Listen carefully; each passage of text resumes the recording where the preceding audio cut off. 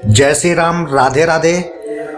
भक्तों, आपको धार्मिक ग्रंथ महाभारत से जुड़ी अलग अलग कई कहानियों के बारे में मालूम होगा, लेकिन इनमें से कई ऐसी कहानियां हैं जिनके बारे में आपने शायद ही सुना होगा या जानते होंगे। तो आइए जानते हैं धार्मिक ग्रंथ महाभारत से संबंधित ऐसी ही कुछ रोचक और अनसुनी कहानियों के बारे में।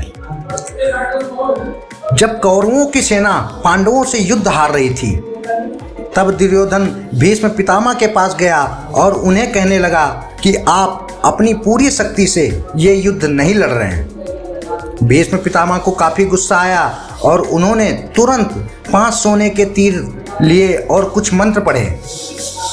मंत्र पढ़ने के बाद उन्होंने दुर्योधन से कहा कि कल इन 5 तीरों में से वे 5 पांडवों को मार देंगे। मगर दुर्योधन को भीष्म पितामह के ऊपर विश्वास नहीं हुआ और उसने तीर ले लिए उनसे और कहा कि वो कल सुबह इन तीरों को वापस करेगा आपको। इन तीरों के पीछे की कहानी भी बहुत मज़ेदार है।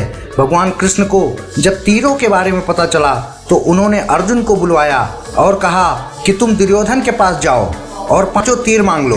दुर्योधन की जान तुमने एक बार गंधर्व से बचाई थी, इसके बदले उसने कहा था कि कोई एक चीज़ जान बचाने के लिए मांग लो। समय आ गया है कि अभी तुम उन 5 सोने के तीर मांग लो। अर्जुन दुर्योधन के पास गया और उससे तीर मांगे। क्षत्रिय होने के नाते दुर्योधन ने अपने वचन को पूरा किया और अर्जुन को तीर दे दिए। द्रोणाचार्य को भारत का पहला टेस्ट ट्यूब बेबी भी माना जा सकता है। ये कहानी भी काफी रोचक है। द्रोणाचार्य के पिता महर्षि भारद्वाज थे। उनकी माता एक अप्सरा थी।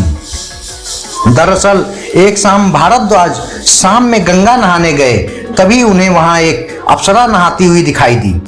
उसकी सुंदरता को देख ऋषि मंत्रमुग्ध हो गए और उनके शरीर से शुक्राणु निकला, जिसे ऋषि ने एक मिट्टी के बर्तन में जमा करके अंधेरे में रख दिया। इसी से गुरु द्रोणाचार्य का जन्म हुआ था। जब पांडवों के पिता पांडु मरने के करीब थे तो उन्होंने अपने पुत्रों से कहा कि बुद्धिमान बनने और ज्ञान हासिल करने के लिए वे उनका मस्तिष्क खा जाएं।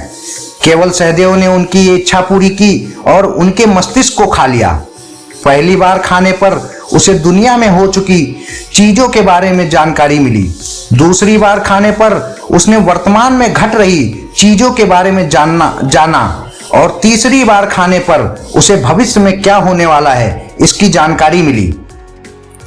अभिमन्यु की पत्नी वत्सला बलराम की बेटी थी। बलराम चाहते थे कि वत्सला की शादी दुर्योधन के बेटे लक्ष्मण से हो। वत्सला और अभिमन्यु एक दूसरे से प्यार करते थे। अभिमन्यु ने वत्सला को पाने के लिए घटोत्कच की मदद ली। घटोत्कच ने लक्ष्मण को इतना डराया कि उसने कसम खा ली कि वो पूरी जिंदगी शादी नहीं करेगा। अर्जुन के बेटे इरावन ने अपने पिता की जीत के लिए खुद की बलि दी थी। बलि देने से पहले उसकी अंतिम इच्छा थी कि वो मरने से पहले शादी कर ले, मगर इस शादी के लिए कोई भी लड़की तैयार नहीं थी, क्योंकि शादी के तुरंत बाद उसके पति को मरना था। इस स्थिति में भगवान कृष्ण ने मोहिनी का रूप लिया और इरावन से न केवल शादी की बल्कि एक पत्नी की तरह उससे विदा करते हुए रोए भी थे। सहदेव, जो अपने पिता का मस्तिष्क खाकर बुद्धिमान बना था, उसमें भविष्य देखने की क्षमता थी।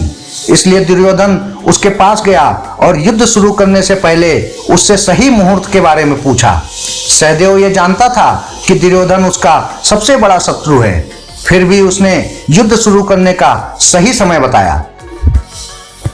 धृतराष्ट्र का एक बेटा युयुत्सु नाम का भी था। युयुत्सु एक वैश्य महिला का बेटा था। दरअसल धृतराष्ट्र के संबंध एक दासी के साथ थे, जिससे युयुत्सु पैदा हुआ था। महाभारत के युद्ध में उडुपी के राजा ने निरपेक्ष रहने का फैसला किया था। उडुपी का राजा ना तो पांडव की तरफ से और ना ही कौरव की तरफ से। उडुपी के राजा ने कृष्ण से कहा कि कौरवों और पांडवों की इतनी बड़ी सेना को भोजन की जरूरत होगी और हम दोनों तरफ की सेनाओं को भोजन बनाकर खिलाएंगे। 18 दिन तक चलने वाले इस युद्ध में कभी भी खाना कम नहीं पड़ा। सेना ने जब राजा से इस बारे में पूछा तो उन्होंने इसका श्रेय श्री कृष्ण को दिया। राजा ने कहा, जब कृष्ण भोजन करते हैं तो उनके आहार से पता चल जाता था कि कल कितने लोग मरने वाले हैं और इसी हिसाब से खाना बनाया जाता था। जब दुर्योधन कुरुक्षेत्र के युद्ध में आखिरी सांस ले रहा था, उस समय उसने अपनी 3 उंगलियां उठा रखी थीं। भगवान कृष्ण उसके पास गए और समझ गए कि दुर्योधन कहना चाहता है कि अगर वो 3 गलतियां युद्ध में ना करता तो युद्ध जीत लेता।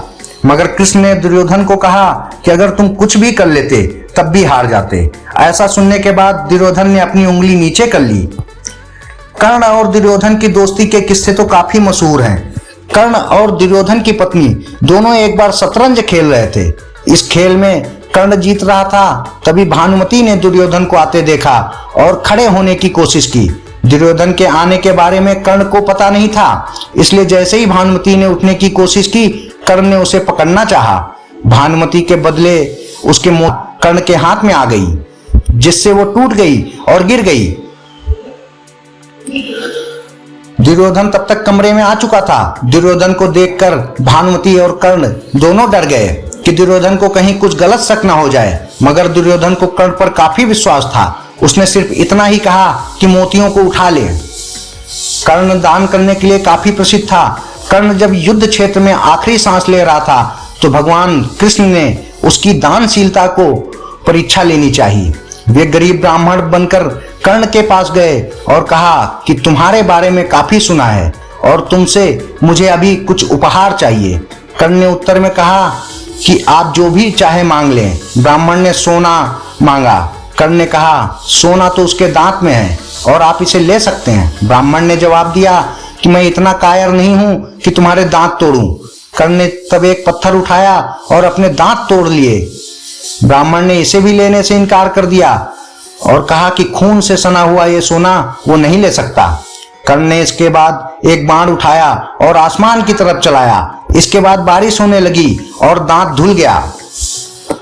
इस तरीके से कर्ण ने उस धुले हुए दांत को ब्राह्मण को दान स्वरूप दिया।